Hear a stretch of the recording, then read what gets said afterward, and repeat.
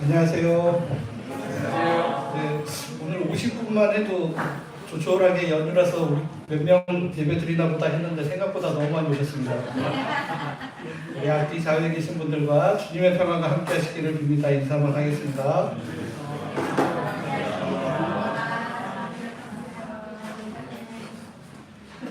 이제 묵상 기도하심으로 오늘 주일 예배를 하나님께 드리겠습니다. 만민들아 우리 하나님을 송축하며 그의 찬양 소리를 들리게 할지어다. 그는 우리 영혼을 살려두시고 우리의 실족함을 허락하지 아니하시는 주시로다. 하나님은 영이시니 예배하는 자가 영과 진리로 예배할지니라. 아멘.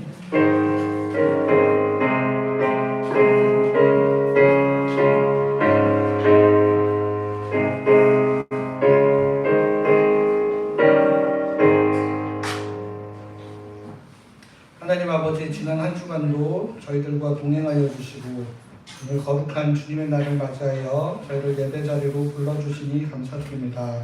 이 주일에 주님께 드리는 예배를 통해 주님의 구원의 은혜에 감격하며 참 생명의 기쁨을 맛보는 저희들 될 수 있게 하여 주시옵소서. 예수 그리스도의 이름으로 기원하옵나이다. 아멘. 모두 일어나셔서 찬송가 15장 1절 함께 찬송하겠습니다.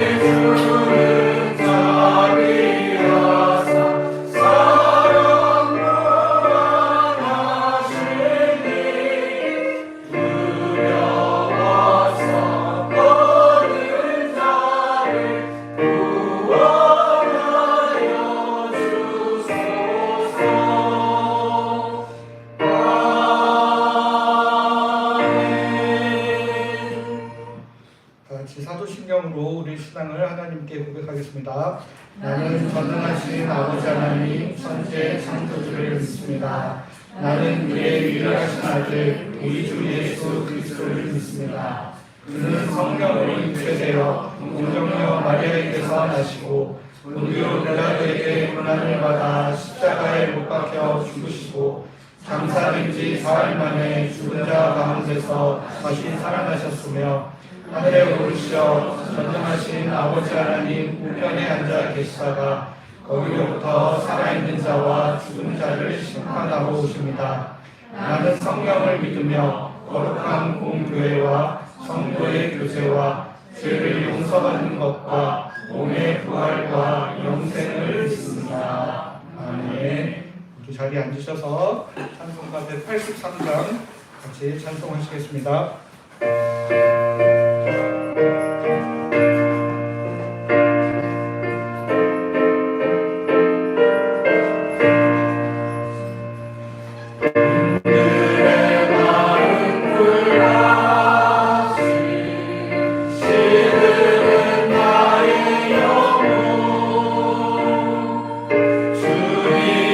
약속한 성령 감정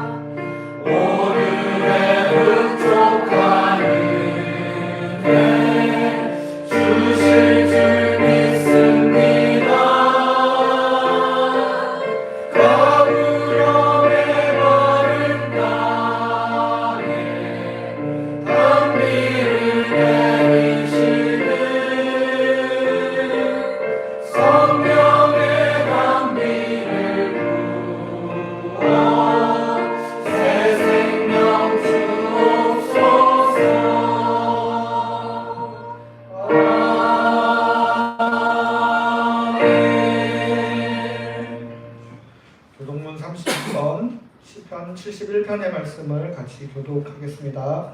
여호와여, 내가 주께 피하오니 내가 영원히 수치를 당하게 하지 마소서. 주의 이름으로 나를 부르시며 나를 불러주시며 주의 길을 내게 비우리사 나를 구하소서. 주는 내가 항상 피하여 숨을 바위가 되소서. 주께서 나를 구원하라 명령하셨으니 이는 주께서 나의 반석이시요 나의 요새이시니이다. 나의 하나님이여, 나를 악인의 손 곧 불의한 자와 흉악한 자의 장중에서 피하게 하소서. 주 여호와여, 주는 나의 소망이시요 내가 어디에부터 신뢰하니시라. 내가 모태에서부터 주를 의지하였으며 나의 어머니의 배에서부터 주께서 나를 택하셨사오니 나는 항상 주를 찬송하리이다. 찬송가 419장 같이 찬송하시고 정영선 집사님께서 기도해 주시겠습니다.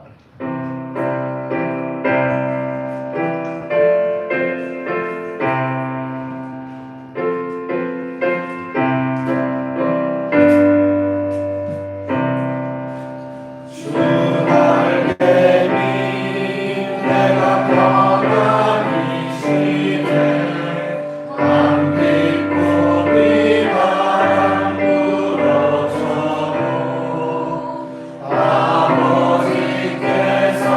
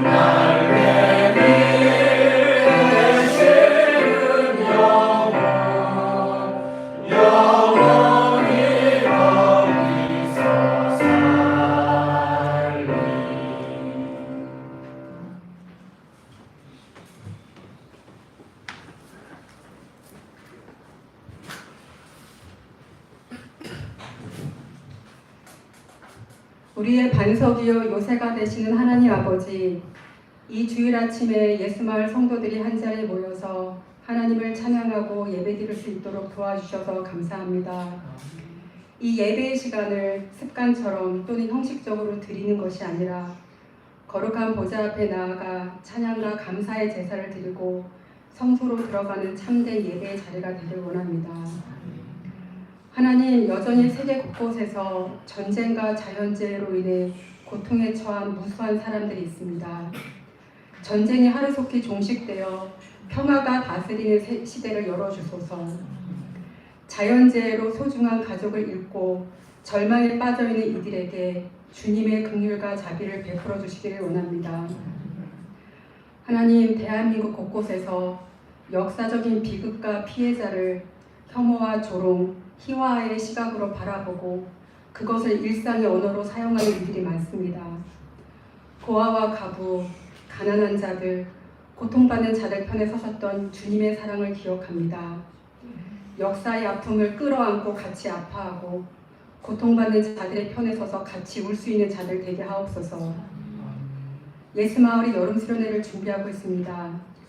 준비하는 자들이 기쁨으로 맡겨진 일을 감당케 하시고 나 자신을 또한 우리 공동체를 향하신 하나님의 말씀을 옳게 분별하고 깨우치는 소중한 시간 되게 하옵소서. 어린아이부터 노년에 이르는 모든 성도들이 주님의 사랑을 경험하고 주님을 사랑한다고 진실하게 고백하는 시간이 되길 원합니다. 이 시간 말씀을 전하실 양동현 목사님을 붙들어 주옵소서. 하나님의 신실하신 생명의 말씀을 선포하시도록 붙들어 주시고 듣는 우리는 마음을 열고 행함으로 순종할 수 있는 믿음을 허락하옵소서. 이 모든 말씀 예수님의 이름으로 기도하였습니다. 아멘.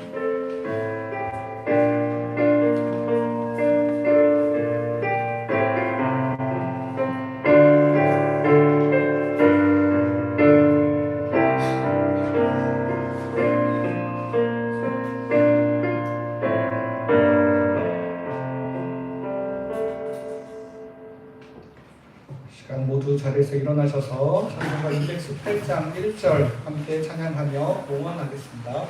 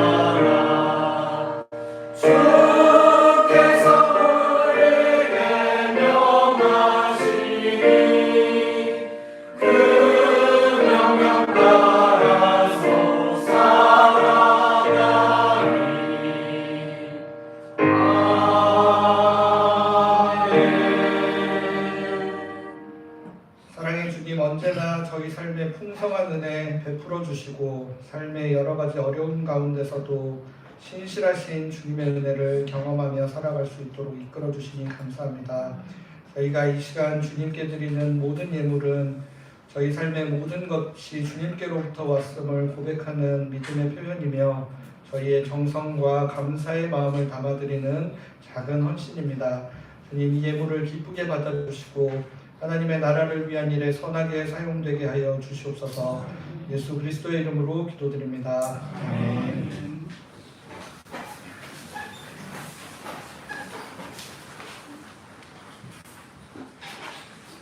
하나님께서 오늘 우리에게 주시는 말씀은 신약성경 로마서 12장 3절에서 13절까지의 말씀입니다. 로마서 12장 3절에서 13절까지의 말씀. 이 말씀을 제가 한 절 읽고 여러분 한 절 읽고 번갈아 교독하고 마지막 절 함께 읽도록 하겠습니다. 나에게 베풀어 주신 은혜를 힘입어 여러분 한 사람 한 사람에게 말합니다. 마땅히 그래야 할 정도를 벗어나 분수에 넘치게 생각하지 마십시오. 저마다에게 하나님이 나누어 주신 믿음을 기준 삼아 슬기롭게 생각하십시오. 하지만 몸에는 각 부분들이 많이 있습니다. 그런데 몸의 각 부분들은 모두 똑같은 기능을 가진 것이 아닙니다. 이와 마찬가지로 우리는 수가 많지만 그리스도 안에서 한 몸을 이루고 있습니다. 그리고 우리 하나하나는 서로 다르면서도 서로에게 속한 각 부분들입니다. 우리에게 베풀어주신 은혜에 따라 우리가 받은 은혜의 선물들이 서로 다릅니다. 이러한 은혜를 받았으면 믿음의 연락을 해야 합니다. 또는 섬기는 은혜를 받았으면 섬겨야 합니다. 또는 가르치는 사람은 가르쳐야 합니다. 또는 공면하는 사람은 공면해야 합니다. 나눠주는 사람은 나만을 부지런해야 합니다. 앞에서 지도하는 사람은 부지런해야 합니다. 자리를 베푸는 사람은 신이 나서야 합니다. 사람은 겉 다르고 속 다르지 않아야 합니다. 악한 것을 혐오하고 선한 것을 꽉 붙잡으십시오. 성제간에 사랑으로 서로 아껴주고 서로 존중하는 일에 앞장서십시오. 열정이 식지 않게 하고 마음이 뜨거워져서 주님을 섬기십시오. 기만 가운데 기뻐하며 그 어려운 가운데 견디십시오. 기도의 정성을 쏟으십시오. 함께 읽겠습니다. 성도들이 어려울 때 함께 도와주고 나중에 대접하기를 힘써 추구하십시오. 아멘. 최근에 정치 뉴스를 좀 보면 우리 여당의 당대표 선거를 앞두고 갈등이 심화되고 있다는 뉴스가 많이 보도되고 있습니다.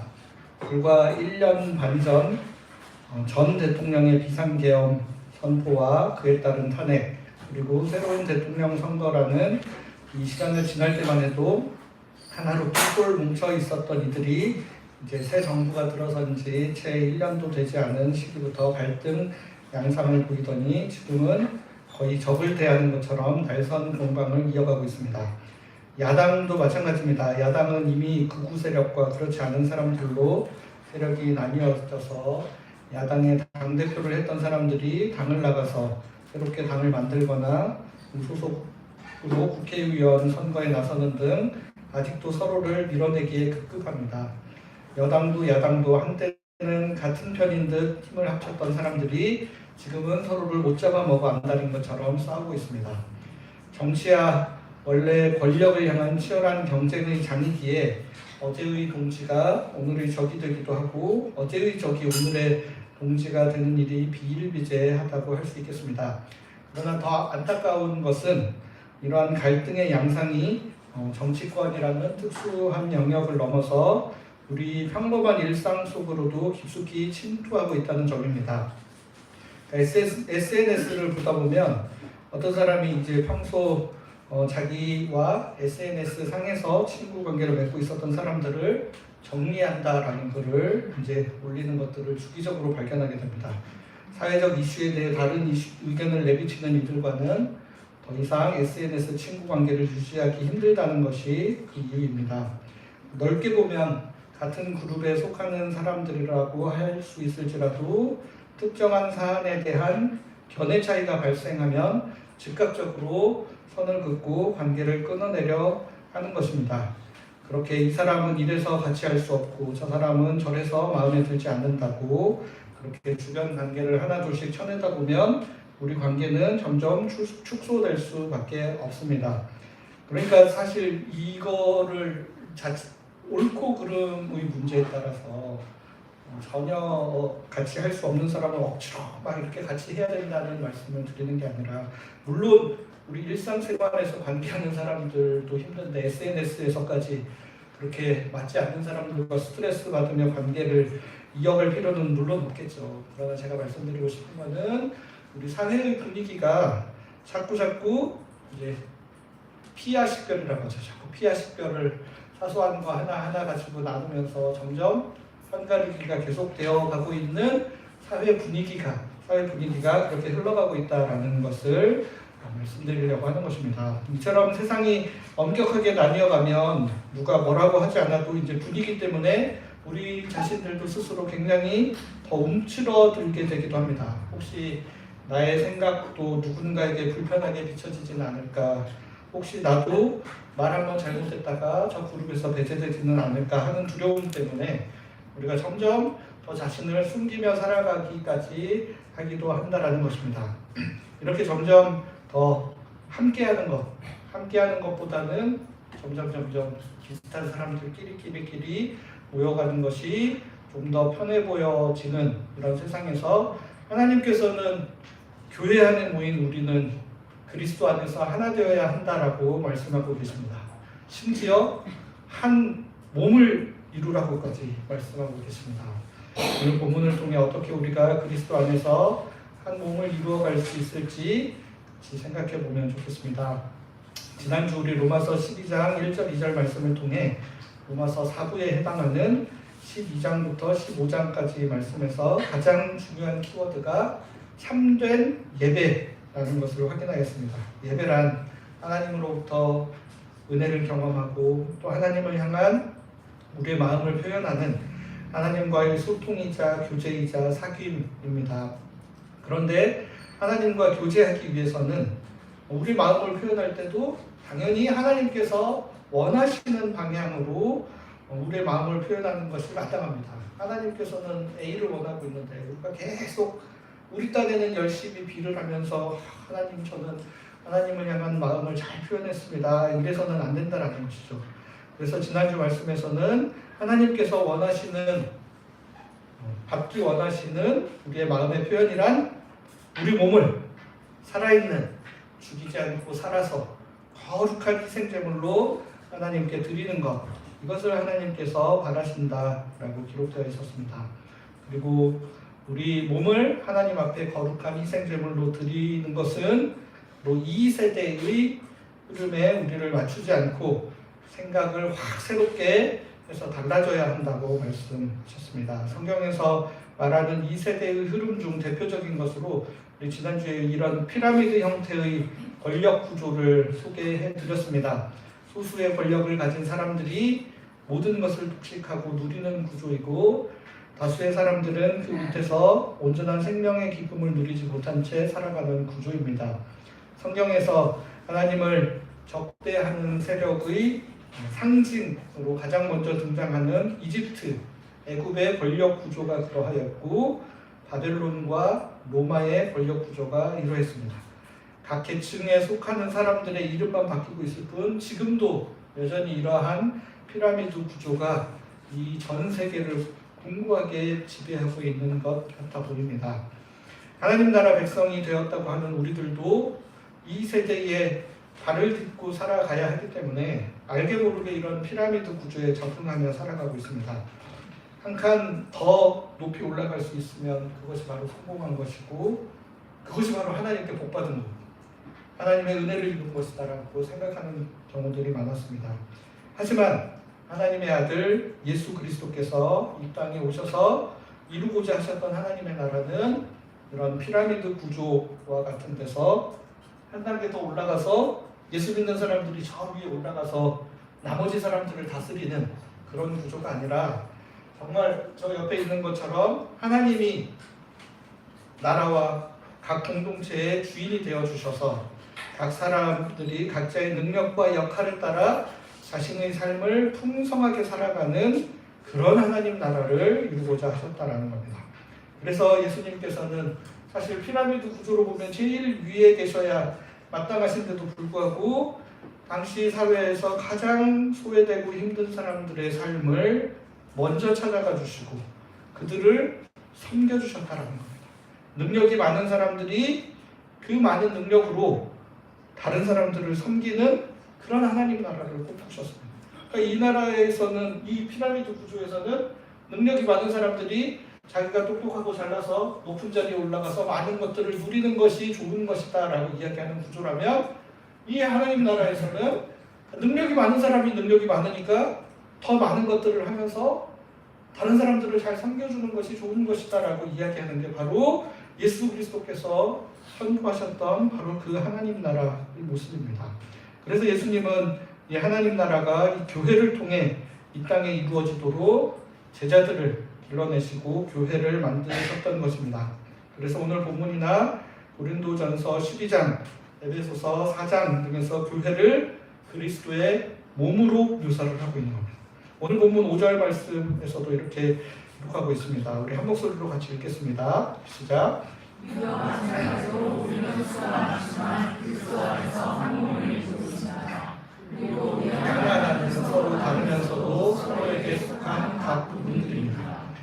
이 본문에서도 우리가 그리스도 안에서 한 몸을 이루고 있음을 강조하고 있습니다. 우리가 그리스도 안에서 한 몸을 이루고 있으니 우리 각 사람은 그 몸의 각 부분들이라는 겁니다. 그래서 몸의 부분들이 그리스도 예수께 속해 있기도 하면서 동시에 서로에게도 속해 있다. 서로에게도 같이 서로 연결되어 있고 연합되어 있다라는 사실을 강조하고 있는 겁니다. 그러니까 결국 우리가 한 몸을 이룬다는 것의 대전제는 바로 예수 그리스도일 수밖에 없습니다. 예수 그리스도. 예수 그리스도가 주인 되어 주시고 머리 되어 주시는 그 몸의 한 부분으로서 한 몸을 이룬다는 겁니다. 거기 있는 지체의 색깔들이 지체들이 각자 생각이 다 다를 수도 있죠. 성품이 다 다를 수도 있습니다. 삶에서 중요하게 여기는 것이 다 다를 수도 있지만 한 가지 공통점을 가지고 있는데 그게 바로 예수 그리스도를 우리 삶의 주인으로 모신다는 겁니다. 그러니까 중요한 것은 뭡니까? 머리 되시는 예수님의 명령을 따르고 그 명령에 순종하는 각자의 지체로서 있다. 그러니까 손은 이쪽으로 가는 것이 맞다고 생각하고 발은 이쪽으로 가는 게 맞다고 생각을 해요. 그리고 우리가 생각이 다를 수 있겠죠. 당연히 다를 수도 있고 여러 가지 생각이 있으니까. 근데 중요한 거는 머리 되시는 그리스도께서 앞으로 가라 그러면 내가 일로 가고 싶어도 앞으로 갈 수 있는 순종할 마음의 준비가 되어 있는 사람들의 공동체이기 때문에 이 공동체에서 중요한 것은 예수 그리스도의 뜻이 무엇인지를 잘 깨닫고 예수 그리스도를 각자의 삶의 주인으로 모시고 나아가 우리 공동체의 삶의 주인으로 모셔서 그 말씀에 순종하려는 자세와 태도가 기본적으로 갖춰져 있는 사람들끼리 한 몸을 이룬다라는 것입니다.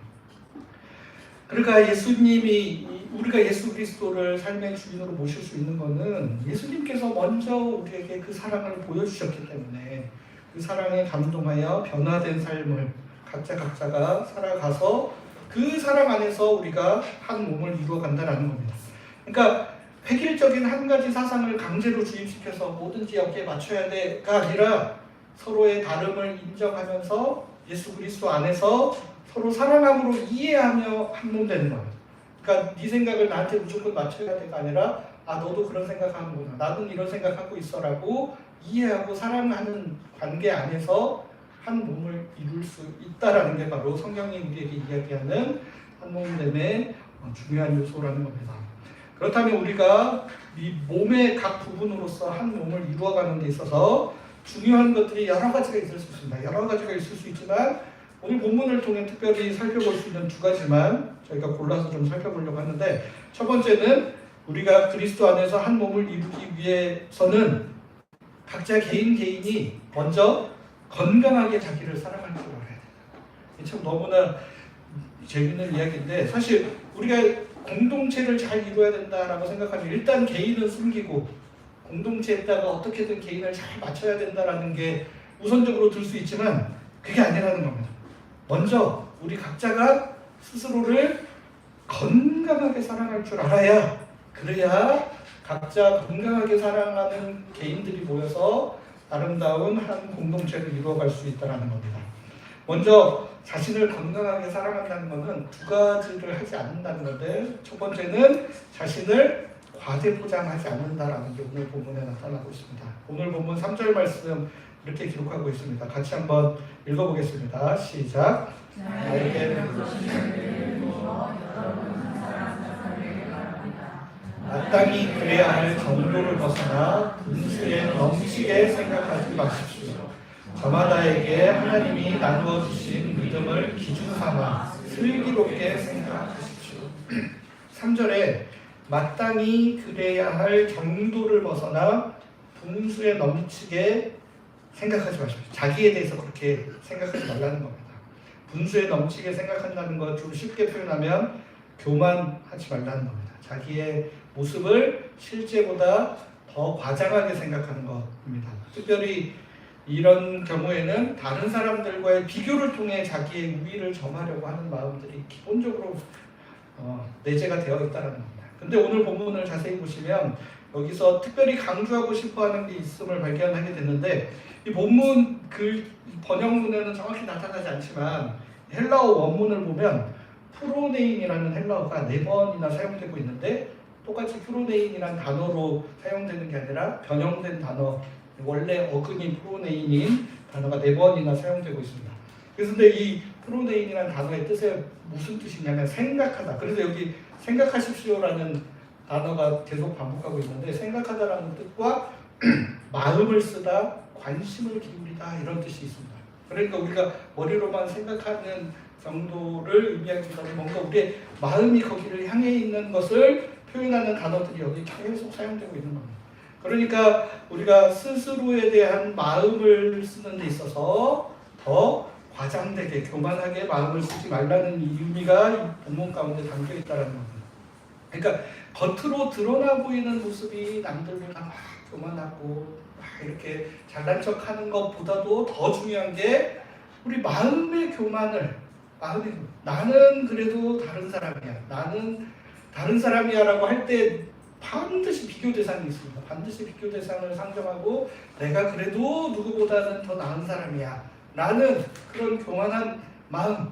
그러니까 겉으로 드러나는 교만한 모습을 경계하는 건 말할 것도 없고 마음 중심으로부터 이 교만한 마음을 버리라라고 오늘 3절에서 이야기를 하고 있는 겁니다.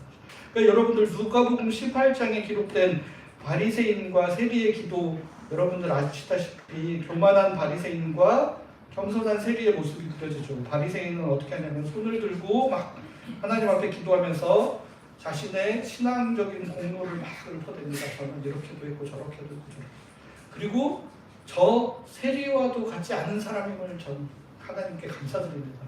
제가 저런 세리처럼 살 수도 있었을 텐데 저런 사람과 같이 살지 않게 된 걸 하나님께 감사합니다라고 딴 사람 들으라는 듯이 이야기를 하고 있습니다. 반면 한쪽 구석의 세리는 울면서 하나님이여 불쌍히 여기소서 나는 죄인으로서 이렇게 고백하면서 기도를 하고 있는 겁니다. 그러니까 겉으로 보여지는 모습이 그러니까 예수님 당시에는 막 바리새인처럼 기도하며 자신의 교만함을 드러내고 막 이렇게 했을 수 있었겠지만 요즘 우리 교회에서 사실 바리새인처럼 하는 사람 보시고 계십니까? 막 대표 기도하면서 막 나와가지고 자기 그동안 잘했던 거 막 읽고 막 하나님 저는 훌륭한 이렇게 하는 사람 보신 적 한 번도 없으시죠? 왜냐하면 우리는 이렇게 하는 게 안 된다는 걸 너무 잘 알고 있기 때문에 이미 또 학습이 됐어요. 마음으로는 교만해서 내가 저런 사람들이랑은 다르지 않은 마음을 가지고 있어도 그거를 대놓고 드러내는 것은 천박하고 교만하다라는 것을 모든 사람들이 다 알고 있기 때문에 이제는 그렇게 하지 않아요. 여기 이제 마음이 교만한 사람들은 여기서 한 번 더 머리를 굴립니다. 어떻게 해야 내가 그래도 좀 더 신앙 좋아 보이고 좀 더 훌륭한 사람처럼 보일까? 그래서 오히려 세리처럼 할 수도 있죠. 마음은 교만하면서도 남들 보라고 한쪽 구석에서 울면서 겸손하게 기도하는 모습을 보일 수 있다. 그러니까 세리와 같은 진실된 마음으로 하는 것 자체가 잘못됐다는 게 아니라 마음은 사실 그렇지 않으면서 남들에게 좋게 보이고자 하는 모습으로 그러니까 겉으로 드러나는 모습으로만은 이 교만함과 겸손함을 절대 판단할 수 없다는 겁니다. 하나님께서 오늘 말씀하시는 것은 우리 마음의 겸손함 겉으로 드러나는 모습으로 판단되는 게 아니라 우리 마음으로 끊임없이 나의 교만함을 은근히 드러내고 싶어가지고 은근히 누구라도 좀 알아주기를 간절히 바라면서 드러내고 막 요즘 숨겨놔요. 딱 눈치 빠른 사람들만 알아챌 수 있게 잘 숨겨놓는 방식으로 자신의 업적과 공로를 드러내고자 하는 마음들이 끊임없이 우리 가운데 있다.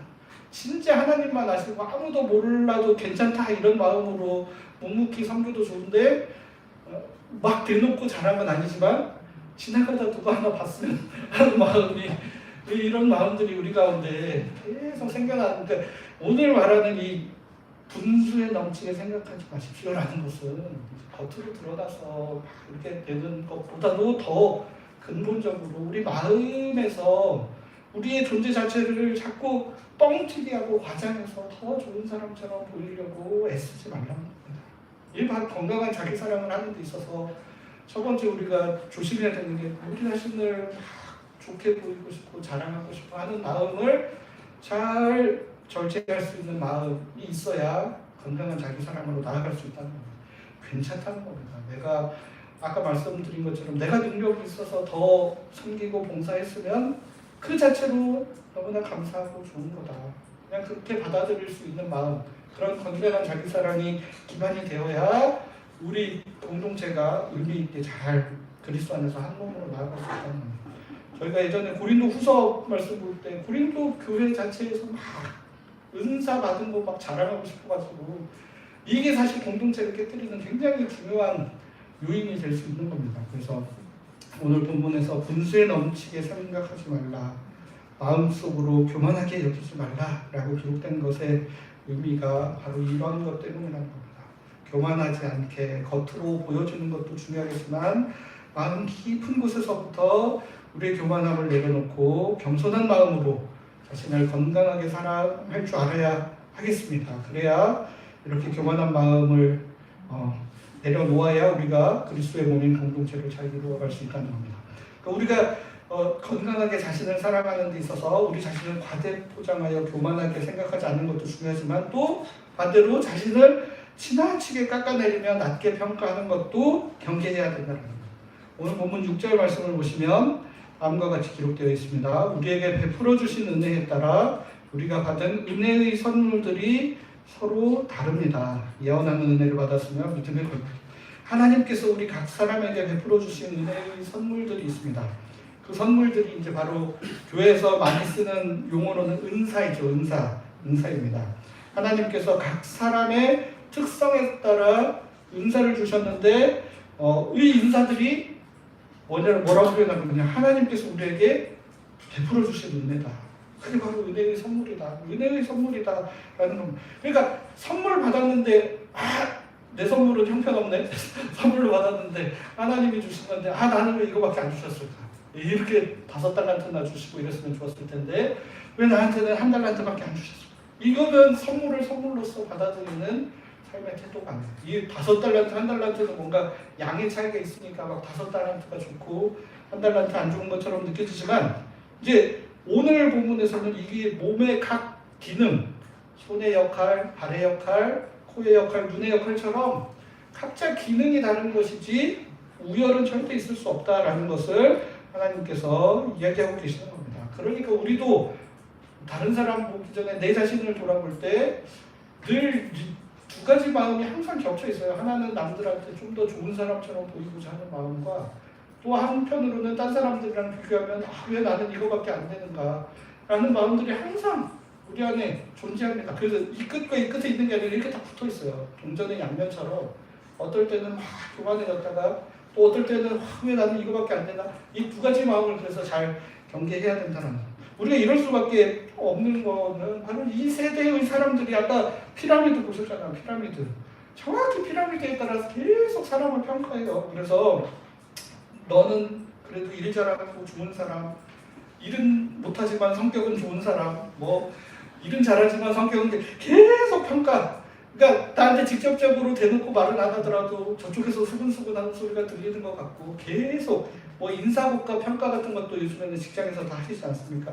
계속 평가를 합니다. 사실 우리 각자에게는 하나님이 주신 고유한 은사, 재능, 탤런트, 특별함이 반드시 모든 사람에게 다 존재하고 있는데 이 사람들이, 이 세대의 사람들은 그 재능 중에서 특별히 무엇이 쓸모있는 재능이고 무엇이 쓸모없는 재능인지를 판단을 한다는 겁니다. 그러니까 그 피라미드 구조 상단에 올라가기 좋은 재능이 좋은 재능이고 그렇지 못한 재능은 정말 쓸모없는 재능처럼 느껴진다는 거죠. 돈 많이 벌 수 있고 돈 쉽게 벌 수 있는 재능이 좋은 재능입니다. 그러니까 제가 설교 준비하다가 2025년 우리 초등학생들한테 장래 희망이 뭐냐 조사를 한 거를 찾아봤는데 너무 재밌는 게 1, 3, 5등은 스포츠 선수, 그 다음에 요리사, 크리에이터 요리사 1, 3, 5등은 그래요. 근데 2, 4, 6등은 뭐냐면 의사, 교사, 법률가 이렇게 돼 있어요. 그러니까 2, 4, 6등은 전통적으로 계속 옛날부터 공부 잘하면 피라미드 위에 올라가기 쉬웠던 안정적인 게 2, 4, 6번에 딱 들어가 있고 1, 3, 5번에는 요즘에 이제 돈 많이 버는 직업으로 스포츠인들이 예전에 20년, 30년 전에 비해 지금 굉장한 돈들을 벌어들이는 거. 비록 좁지만 되기만 하면 끝내준다. 요리사 같은 것도 옛날에는 얼마나 천시 여기고, 특별히 남자들 요리사 한다 그러면 굉장히 터부시 여기고 이런 일들이 많았는데 지금은 완전 세상이 뒤바뀌었어요. 그러니까 재밌는 게 같은 자료에 중고등학교 장래희망도 있는데 중고등학교로 갈수록 현실적인 게 이제 계속 올라와요. 안 돼. 이거는 스포츠 선수, 연예인 뭐 이런 건 어차피 안 되는구나 해가지고 고등학생들은 무슨 교사, 공무원, 그 다음에 연구원 뭐 이런 게 상위권에 올라와 있는 거예요. 그러니까 여러분 세상에서 사람들이 이제 뭐 이런 공부 잘할 수 있는 재능, 공부 잘할 수 있는 재능은 우리 산업혁명 이후의 시대부터는 굉장히 각광받는 시대고, 제가 예전에 말씀드렸듯이 구석기 시대에는 공부 잘하는 거 천하에 쓸모없었을 거예요. 사냥 잘하고 힘세고 달리기 빠른 사람이 최고였지 공부 잘하는 거 천하에 쓸모없었지만 지금은 공부를 잘하면 피라미드 상단으로 올라갈 수 있는 가능성이 너무나 높아지기 때문에 확률적으로. 그러니까 초등학교 때는 아무것도 모르니까 그냥 너무 행복해서 운동선수 하면 와우 돈 많이 버는구나 해서 애들이 다 운동선수도 하고 요리사도 하고 싶다가 고등학생이 되니까 아 이거 안 되는 거구나 안 되는 거구나 해서 줄줄줄줄 다 떨어져 나가고, 그나마 공부가 확률이 높으니까 공부해서 할 수 있는 연구원이나 교사나 의사 이런 거 해서 상단으로 올라가야지 하는 마음들이 계속 있습니다. 그러니까 우리 가운데 그런 재능들만 있냐는 거예요. 사실 어떤 사람들은 사람 만나면 기분 좋게 해주고 환대해주는 재능이 있는 사람들이 있어요. 그게 이제 서비스 직종에서는 뭔가 돈이 될 수도 있겠지만 일반적으로는 그게 별로 돈 되는 재능이 아니기 때문에 그런 재능은 뭐 특별히 대표적으로 우리 사회복지사 같은 분들, 어려운 분들을 봐서 굉장히 긍휼한 마음으로 자신의 삶을 진짜 갈아 넣으면서 섬기는 사회복지사들이 너무 많으시거든요. 그러니까 그런 분들은 제가 봤을 때는 더 잘 대우를 해드려야 마땅해요. 왜냐하면 그것도 재능이거든요. 사실은 아무나 할 수 있는 일이 아닙니다. 진짜로 자발적으로 우러나오는 사람들에게 더 잘 대우를 해줘야 되는데 사회가 어떻게 생각하냐면 사회복지사들이 조금이라도 대우를 잘 받으면 우리가 후원한 후원금 다 빼돌려가지고 자기들 배만 채우고 어려운 사람들은 제대로 이런 식으로 반응을 한다는 거예요. 왜냐하면 사회복지사들에게 잘해줘서 어려운 사람들 잘 케어하고 돌보는 게 당장 눈앞에서 생산성이 있는 일이 아닌 것처럼 느껴지는 거예요. 그러니까 궁극적으로는 그렇더라도 그냥 봤을 때는 별로 안 그래 보이니까 돈 되는 일들이 아니니까 자꾸 그런 식으로 평가를 받다 보니 우리도 계속 그런 평가들을 받으며 어떻게 하면 피라미드에서 조금 더 높이 올라갈 수 있는 돈 되는 재능을 가질 수 있을까? 돈 되는 재능이 없으면 자존감이 나죠. 목사님들 중에도 그런 분들이 많다. 나는 평생 정말 열심히 노력하고 애썼는데 맨날 작은 교회에서 그냥 성도들 몇 명만 데리고 이렇게 하는구나. 어떤 분들은 막 열심히 하는데 재능이에요. 이것도 사람들 마음을 휘어잡는 재능이 있는 분들은 사람들을 막 끌어모아가지고 작은 교회였다 대형 교회 되기도 하고 이런데 이런 거 옆에서 지켜보다 보면 사람들이 이 자아상이 건강하지 못해 계속 자존감이 낮아지고 나는 정말 쓸모없는 인간인가, 나는 정말 가치 없는 인간인가 이렇게 된다는 겁니다. 다른 사람의 평가에 의해서도 그렇지만 자기 스스로가 계속 반복적으로 실패와 좌절을 경험하면 나는 정말 무가치한 존재이구나라는 생각이 우리 가운데 계속 스며들게 된다는 겁니다. 올해 상반기에 방영된 드라마 중에 모두가 자신의 무가치함과 싸우고 있다라는 제목의 드라마가 있었습니다.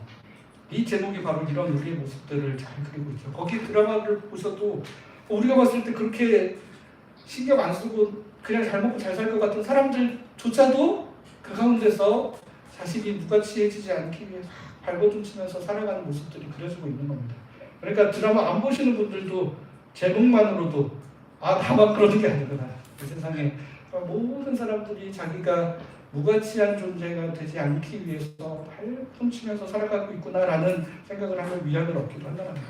그러니까 앞에 언급했던 교만한 사람들 중에도 사실은 스스로에 대한 자의식이 막 높아서 교만해진 사람들도 일부 있겠지만 훨씬 더 많은 사람들은 자신의 무가치함을 숨기기 위해서 자신을 훨씬 더 과장하고 부풀려서 사람들에게 보이고자 하는 마음을 가진 사람들도 굉장히 많다는 겁니다.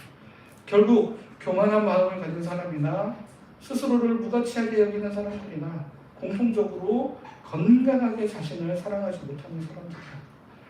우리가 그리스도 안에서 그리스도의 몸된 공동체를 이루어가는 데 있어서 하나님의 아들 예수 그리스도께서 자신의 몸을 내어주시고 삶을 내어주시면서 나를 위해 그 사랑을 보여주셨다라는 그 사랑에 근거하여 내가 얼마나 귀하고 가치 있는 존재인지를 깨달아 자신을 건강하게 사랑할 줄 아는 것이, 그래서 그게 우리 그리스도의 몸된 공동체를 이루는데 첫 번째 중요한 근간이 되는 일이라는 겁니다.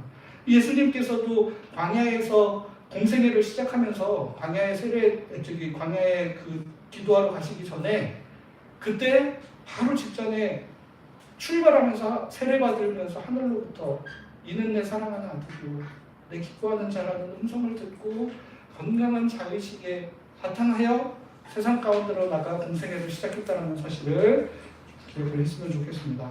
그래도 감사한 것은 우리가 모두 건강하게 자신을 사랑할 줄 알아야만 그리스도의 몸인 공동체 일원이 될 수 있는 것은 아니라는 겁니다. 우리가 비록 스스로를 잘 사랑하지 못하고 모난 모습들, 부족한 모습이 있지만 공동체 안에서 하나님의 사랑을 경험하고 하나님의 사랑을 대신 보여주는 사람들의 사랑과 위로와 따뜻한 끌어안음을 통하여 상처받은 마음을 치유하고 건강하게 자신을 사랑할 수 있게 될 수도 있다는 겁니다. 이유는 우리가 그리스도의 몸의 지체로서 좋은 공동체를 이루는 것에 우리 각 사람의 건강한 자기 사랑이 굉장히 중요한 밑바탕이 되어야 한다는 사실입니다. 두 번째로 우리가 그리스도 안에서 한 몸을 이루기 위해 필요한 것은 행함이 있는 사랑입니다. 행함이 있는 사랑. 오늘 본문 9절부터 13절까지 말씀에 교회 공동체 내에서 성도들이 행해야 할 여러 가지 삶의 지침들을 나열하고 있습니다. 하나하나가 다 의미 있고 좋은 주제들입니다. 형제자매 사랑에 대한 건 기본이고 열정에 대해, 인내에 대해, 기도에 대해, 또 서로 돕고 나그네 대접하는 것에 대해 다양한 주제에 대해 말씀하고 계십니다. 이 주제들 하나하나 따로 이야기해보는 것도 의미 있겠지만 전체적으로 묘하게 이번 본문에서 강조하고 있는 포인트를 보면 이거는 바로 사랑을 실천하고 행해야 된다라는 것을 강조하고 있다는 겁니다. 먼저 오늘 본문 9절, 10절 보시면 이렇게 기록하고 있습니다. 우리 같이 한번 읽어보겠습니다. 시작. 사랑은 덧다르고 쏟아지지 않아야 합니다. 악한 것을 경고하고 선한 것을 붙잡으십시오. 형제 자매 사랑으로 서로 아껴주고 서로 존중하는 일에 앞장서십시오. 그러니까 9절부터 시작하는 이 사랑과 실천에 대한 목록 앞에 6절부터 8절까지에는 우리가 그리스도의 몸의 지체로서 우리 각자가 받은 은사 목록들을 한 7개 정도 나열을 하고 있습니다. 고린도전서 12장에서 여러 가지 은사의 목록들을 나열한 이후에 마지막에 어떻게 끝나냐면 더 큰 은사를 사모하라, 가장 좋은 길을 너희에게 보이리라 하며 사랑은 오래 참고, 그 이야기가 바로 이렇게 이어져서 나오거든요. 그런 것처럼 앞에 6절에서 8절까지 여러 가지 은사들을 쭉 나열을 하면서 9절 시작하면서 가장 먼저 사랑에 대한 이야기들을 하고 있더라는 겁니다.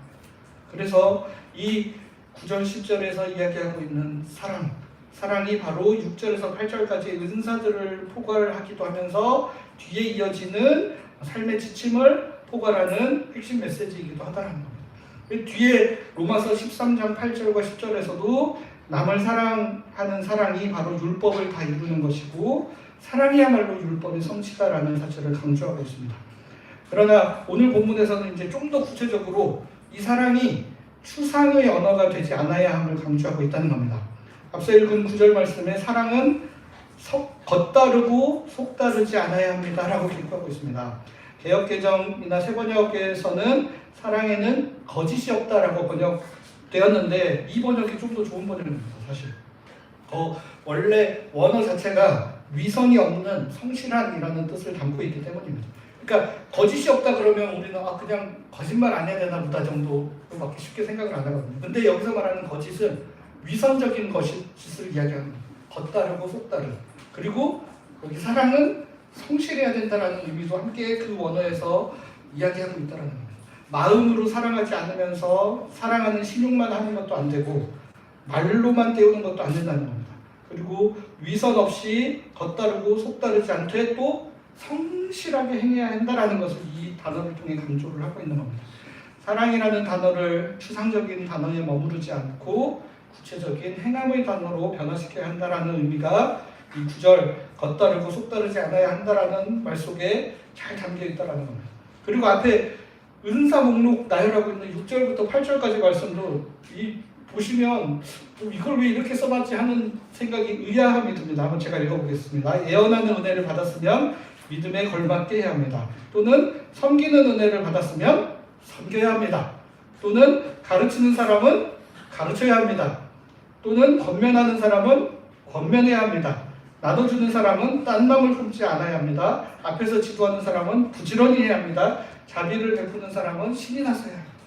그러니까 나눠주는 은사 받은 사람, 자비를 베푸는 사람의 은사에 대해서는 마음 중심의 진실함에 대해서 이야기를 하고 있고, 나머지 보시면 너무 웃깁니다. 섬기는 은사, 가르치는 은사, 권면하는 은사를 가진 사람들은 그냥 그것을 해야 됩니다 라고 이야기를 하고 있어요. 그러니까 섬기는 은혜를 받았는데 안 섬기고 있는 거예요. 그러니까 뭐 특별히 뭐 막 섬길 때는 뭐 이렇게 섬기고 저렇게 섬기고 말할 것도 없다는 겁니다. 섬기는 은혜를 받았으면 섬기십시오. 가르치는 은사를 여러분 받으셨습니까? 가르치십시오. 권면하는 은사를 받았습니까? 권면하십시오. 너무나 당연한 말. 안 하니까 그러는 거야. 안 하니까. 은사가 있는데도 불구하고 행동하지 않고 마음으로 담아두고만 있기 때문에 하셔야 합니다. 여러분 하십시오. 그냥 뭐 어떻게 잘하려고 생각하기 전에 일단 하십시오.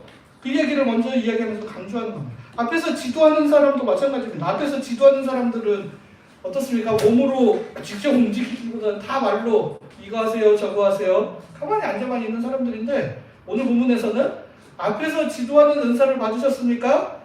부지런히 해야 됩니다. 지도하는 사람들은 더 열심히 움직여야 됩니다 라고 이야기를 하는 겁니다. 말로만 혀로만 은사를 자랑하고 나 이런 은사 받았습니다. 여러분들이 없는 저한테도 이런 특별한 은사가 있습니다. 자랑하지 말고 이 100마디 자랑의 말보다 한 번의 행함으로 여러분의 사랑을 공동체 가운데 표현해야 비로소 우리가 그리스도 안에서 한 몸된 공동체를 이룰 수 있습니다 라고 이야기를 하는 겁니다. 9절에서 13절까지 말씀에서도 전반적으로 행함에 대해 많이 강조하고 있는데, 특별히 13절 말씀을 보시면 이렇게 되어 있습니다. 성도들이 어려울 때 함께 도와주고 나그네 대접하기를 힘써 추구하십시오. 이렇게 되어 있는데, 여기 여러분들 한글에는 잘 표현되지 않는 함께 도와주고 라고 번역된 헬라어 단어가 뭐냐면 코이노니아라는 단어입니다.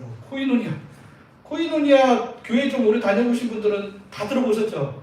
코이노니아가 뭐예요? 그냥 성도들끼리 잘 교제하고 잘 평화롭게 잘 지내는 거를 일반적으로는 코이노니아로 알고 있는데, 이 교회에서 이 서로 교제하고 그냥 사랑을 나눈다라는 코이노니아라는 단어에 바로 물질을 나눈다는 의미가 같이 포함되어 있다는 거예요. 물질을 나눈, 함께 어려운 사람에게 물질을. 그 나중에 로마서 15장 가면 예루살렘 교회 성도들을 위해 우리가 구제헌금을 걷어서 좀 보내야 될 것 같습니다 이야기를 하거든요. 그때도 구제헌금 걷는다 표현할 때 코이노니아라는 단어를 씁니다. 코이노니아. 그러니까 코이노니아 하면 그냥 서로 사랑합니다, 말로써 그냥 어떻게 잘 지내셨어요 이렇게 이야기하는 수준에 머무는 게 아니라 삶으로 우리의 물질을 실질적으로 구체적으로 나눈다는 의미가 바로 이 코이노니아라는 단어에 담겨 있다는 겁니다. 결국 타인을 향한 우리의 사랑은 반드시 행함을 통해 표현되어야 하는 거야. 우리 마음 알지? 내가 그래도 사랑하잖아. 우리 공동체 그냥 서로 해를 끼치지 않으면 적당히 사랑하지 말고 지내야지 정도가 아니라 좀 더 적극적으로 사랑을 삶으로 표현해야 된다라는 것을 이야기하고 있는 겁니다. 말로만 마음으로만 사랑하는 것은 반쪽짜리 사랑일 수밖에 없다는 겁니다. 마음에 있는 사랑을 행함으로 적극적으로 표현해야 그리스도 안에서 한 몸을 이루어갈 수 있다는 겁니다. 이제 말씀을 마무리하겠습니다. 그리스도 안에서 한 몸을 이룬다는 것이 말로는 쉽지만 결코 도달하기 쉽지 않은 목표입니다. 여러분들 생각해 보시면 한 가족 안에서도 한 몸을 이루는 것이 말할 수 없이 힘들고 어려운데, 어떻게 보면 생판남과 같은 우리 교회 공동체 안에서 한 몸을 이루는 것은 더더욱 말할 것도 없이 힘들고 어렵습니다. 그러나 힘들고 어렵다고 하여 이것을 포기할 수는 없습니다. 우리가 한 몸됨을 향한 꿈을, 이상을 가지고 살아가되 조금 천천히 우리 형편에 맞춰서 한 걸음씩 서로에게 다가갈 수 있는 공동체가 되어야겠습니다. 이 세상의 흐름도 점점 개인화되고 서로의 삶에는 최대한 간섭하지 않는 것이 미덕으로 여겨지고 있다고 포기하지 말고 또 적당한 수준에 머물러 있기를 선택하지 말고 조금 부족하지만 서로를 향해 조금씩 조심스럽게 다가가는 공동체가 될 수 있기를 바랍니다. 자신을 건강하게 사랑할 줄 아는 건강한 자기 사랑이 우리 마음에 있는 사랑을 조금 더 행함으로 표현하는 우리의 행함이 우리를 서로에게 서로 조금씩 다가갈 수 있도록 이끌어주는 힘이 될 것입니다. 우리 8월에 있는 전교인 수련회가 우리 서로 한 발짝 조금이라도 다가설 수 있는 은혜의 시간으로 사용될 수 있기를 바랍니다. 못한 것이 많은 사람들이지만 예수 그리스도의 십자가 사랑 안에서 서로를 용납하며 다가가는 은혜의 공동체로 날마다 거듭나는 우리 교회가 될 수 있기를 바랍니다. 함께 기도하겠습니다. 사랑의 하나님, 상처 많고 부족하고 다른 사람들 받아들이기 모자란 성품을 가진 사람들이 모여서 그리스도의 몸인 교회를 이루어가려 하고 있습니다. 저희 자신을 바라보면 결코 이루어질 수 없는 불가능한 꿈을 꾸고 있는 것 같습니다. 하지만 그리스도 예수의 사랑이 저희를 한 몸 되게 하실 수 있음을 믿습니다. 그 사랑이 우리 자신을 건강하게 사랑할 수 있게 하는 힘이며 마음에 있는 사랑을 적극적으로 행할 수 있게 만드는 힘이 됨을 믿습니다. 그 주님의 사랑에 힘입어 부족하지만 서로를 향해 한 걸음 더 다가가며 아름다운 주님의 몸을 이루어가는 공동체 되게 하여 주시옵소서. 예수 그리스도의 이름으로 기도드립니다. 아멘. 모두 자리에서 일어나셔서 화성의 찬양 288장 함께 찬송하시고 축도하고 예배 마치겠습니다.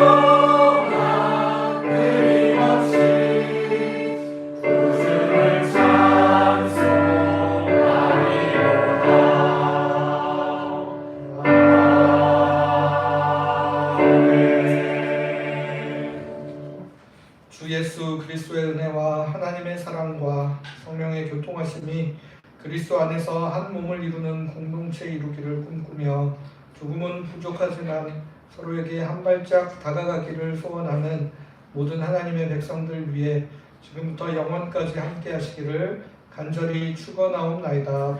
아멘.